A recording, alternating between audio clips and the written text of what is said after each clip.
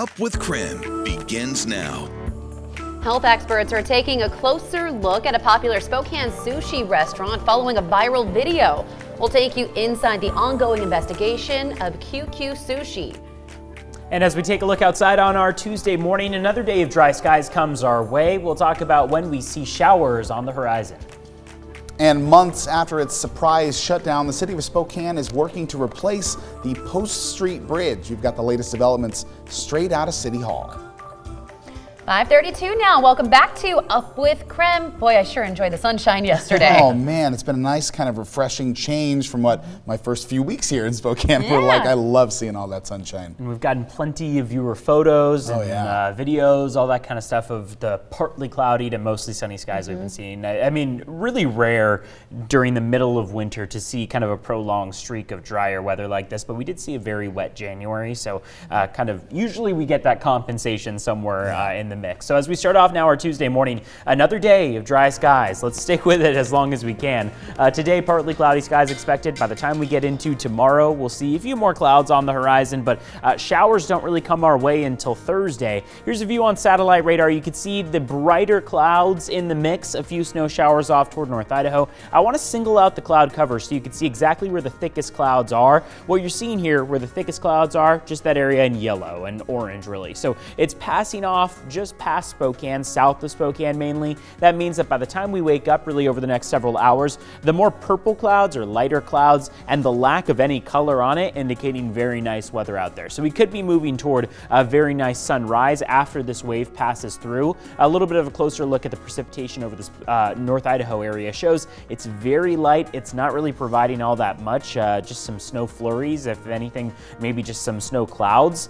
So as far as accumulation totals go, we're looking at less than an inch. Next 12 hours will bring Spokane to 44 degrees. It looks like high clouds will hang out with us most of the day, although we are waking up to partial cloud cover as we talked about. We'll see those temperatures drop back down overnight to the upper 20s and low 30s. It looks like all in all today will be that dry day with mostly sunny conditions. Tomorrow a few more clouds in the mix, and then by Thursday light precipitation on the way. It is 5:34 right now. Joshua, over to you. Evan, thank you very much. 5:34 this morning, and health officials are investigating a North Spokane sushi restaurant after a video went viral showing someone preparing food on the floor. You can take a look for yourself. The person who posted this video claims that it was shot inside QQ Sushi on West Francis Avenue. Now, health officials have not confirmed yet whether or not it was shot inside of the restaurant, but according to the person recording, this video shows raw chicken being prepared on the floor and in dish buckets. Photos also show that tuna and other raw meat have been stored near produce. QQ Sushi posted on Facebook saying that they would close on Monday, but they plan to reopen today. We also reached out to the restaurant to see if they would comment. They have not given us any comment on the video. Now, according to Spokane health officials, QQ Sushi has a history of health violations.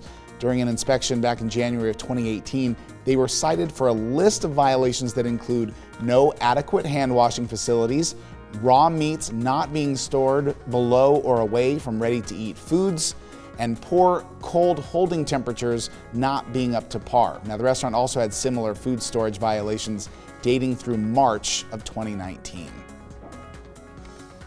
All right, something we'll certainly be tracking. Here, 5:35 now. Today, millions of dollars in school levies are up for a vote in two separate districts.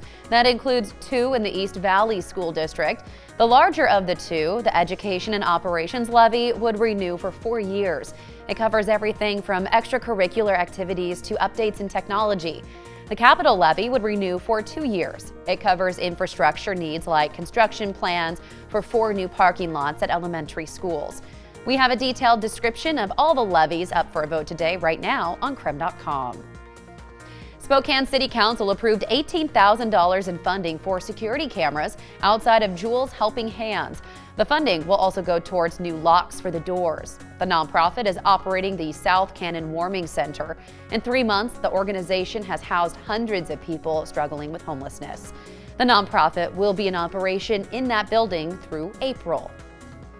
Justice Department leaders say Chinese spies are behind the 2017 Equifax hack. Now, yesterday, the Justice Department issued indictments for 4 men. Experts say they stole information from nearly 145 million Americans. and it includes names, phone numbers, and social security numbers. Government leaders say there is no evidence China used the personal information, and right now China is not handing over the accused hackers. Metallica is hitting the right notes with Spokane Community College. The band is giving SCC $50,000 in scholarships. It's part of the band's All Within My Hands Foundation. SCC is contributing an additional $50,000, bringing the total to $100,000 in scholarships. Get this, this is actually not the first time Metallica has given to the school. They did the same thing back in 2018. Scholarships will cover tuition, fees, books, and other school expenses. Metallica is also giving money to 9 other colleges around the country. Pretty neat.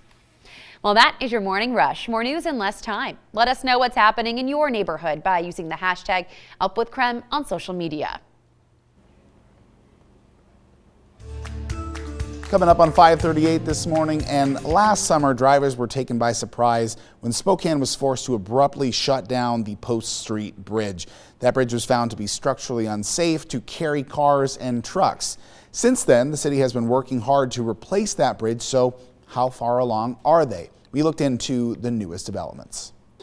A pair of resolutions were approved unanimously here last night, moving the city 2 steps closer towards finally replacing the Post Street Bridge. We're now nearing the end of the design phase, meaning you'll likely see new construction downtown in just the next couple of months. For decades, the bridge carried cars from the City Hall area across the river into the courthouse area, most recently averaging more than 2,000 per day. But since it was found too weak to carry any more, only cyclists and pedestrians have been able to cross. And with all the other construction happening downtown, this has definitely caused some extra congestion. This bridge being close to vehicle traffic in combination with those other things creates a little bit of a greater impact. So it's good news that the council moved forward with 2 procedural measures that will prepare the city to wrap up the design phase and start looking for contractors to build the new bridge. A lot of its original structure will be retained. We're going to keep this bridge looking pretty similar down below, so it'll still have that nice arch, which really reflects the arch that we're seeing in the Monroe Street Bridge. Keep that nice aesthetic. As with before, there will be just 1 lane of car traffic going north across the river. And then up here we're going to have some nicer railing and more of a pedestrian and bicycle feel. Even during closure to car traffic, the Post Street Bridge has remained a pretty popular place for runners, walkers, bikers, and boarders. But come spring, when construction actually begins, even these folks are going to need to find a new place to cross, most likely the Monroe Street Bridge. That will mean a lot longer trek for many folks for more than a year. The hope is to begin work shortly after Bloomsday this year and complete it by fall of next year. It's also considered part of the city's broader efforts to better connect downtown to the North Bank. Early estimates project the replacement could cost around $20 million. At City Hall, Casey Decker, KREM 2 News. All right, thank you so much, Casey. 5:40 now on your Tuesday morning. We're talking about legislation passed on the west side that puts restrictions on winter evictions. So yesterday, the City of Seattle Council passed a ban stopping evictions during the coldest and wettest months of the year. So this morning, we want to know what you think. Should all cities pass a winter eviction ban? This is from December to February. So you can vote in our KREM 2 mobile app all morning long. If you want to comment on this, you can do that on our Up With KREM Facebook page using the hashtag UpWithKREM. Right now, 59% of you are saying no. It's almost split there. So a conversation a lot of you guys are having this morning. All right, I'll send it over to you, Jen. All right, Dana Marie, thank you. It's a complicated case. I mean, if someone's already struggling, you're going to kick them while they're down.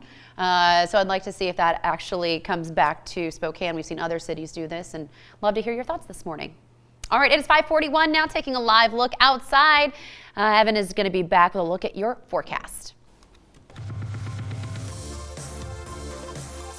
And also coming up this morning, Central Valley schools are at the center of today's special election, with millions of dollars in school levies on the line. Coming up at 6, we've got all the details you need to know before you head to the polls.